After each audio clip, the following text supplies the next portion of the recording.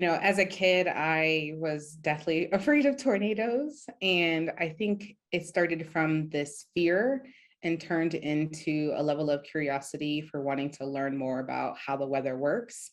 And that just kind of started my trajectory in that way to want to get more involved in the field and gain a better understanding of how just the weather works.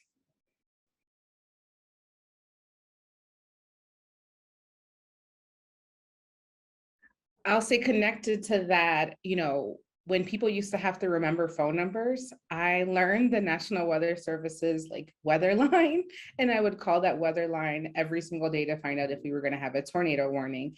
And then I also got connected with our local broadcaster in the DC area and was able to meet him and talk with him about the weather. But I learned that you could be a meteorologist or an atmospheric scientist and not just be on television, that there was this whole other world of research that was out there for people to do.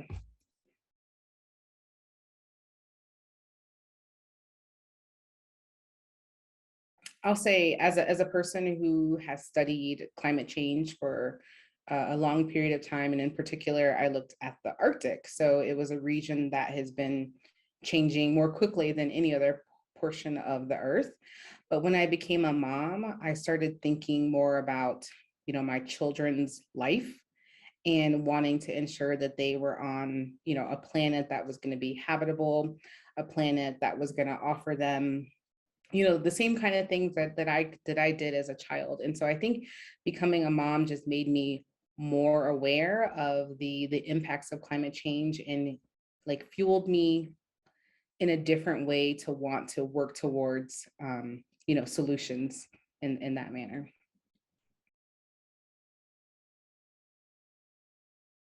I have a few things I'll say that motivate me. I'll say one is my daughter. I think, she has this light that helps to keep me going. And it wants me to continue to do the things that I do in a good way. Also to be kind of a role model for her, and not just for her, for other young kids out there, young girls out there, young Black girls out there, to see that, that you can be as successful in anything that you do, but to also inform them that science is a place that they could be seen in and that they can do really great work in.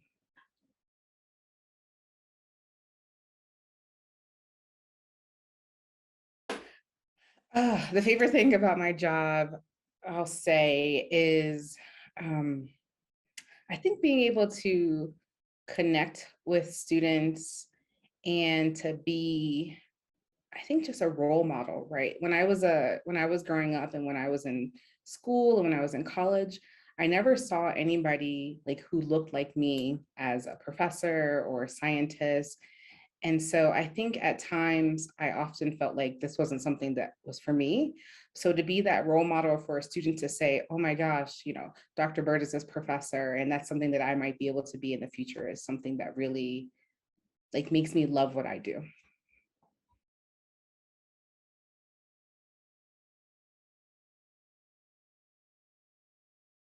It would feel like everyone that shows up in the places that they're in, if that's in the classroom, if it's where they work, or whatever space that they may be entering in, that they can just be who they are and not feel as though they have to hide any components of what makes them them, what makes them thrive, and that they can just feel happy about being who they are and showing other people who they are.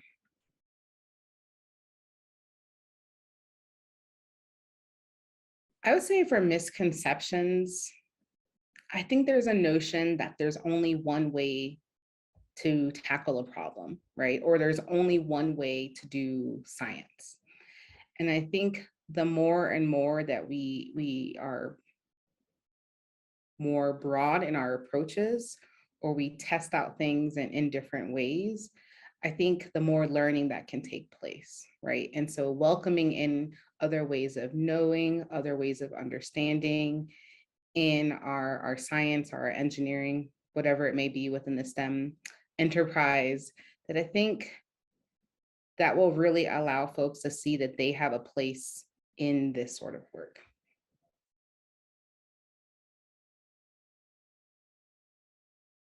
I was having a conversation about the ways in which we teach math recently. And I feel as though, math is taught in a particular way, but a lot of people from different cultures and backgrounds do math in various other ways. So, like the example that someone was talking to me about was um, like Indigenous women and their weaving and their understanding of geometric shapes, and how we can use as a way to talk about math that's not kind of that traditional way of bringing math into a place.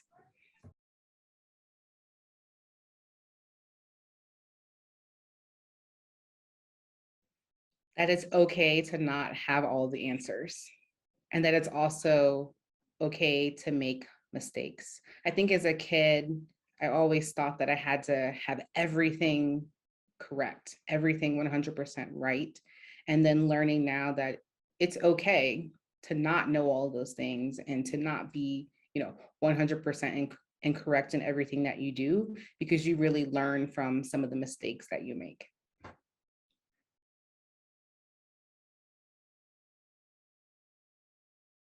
I would say, I think oftentimes people, if we want to think about younger kids, are, afraid that science is hard, that math is hard. And I just want to remind people that science is about doing, right? And when you do something, if it's like messing around with an item or, seeing an experiment in your face, science in that process really comes from doing that work.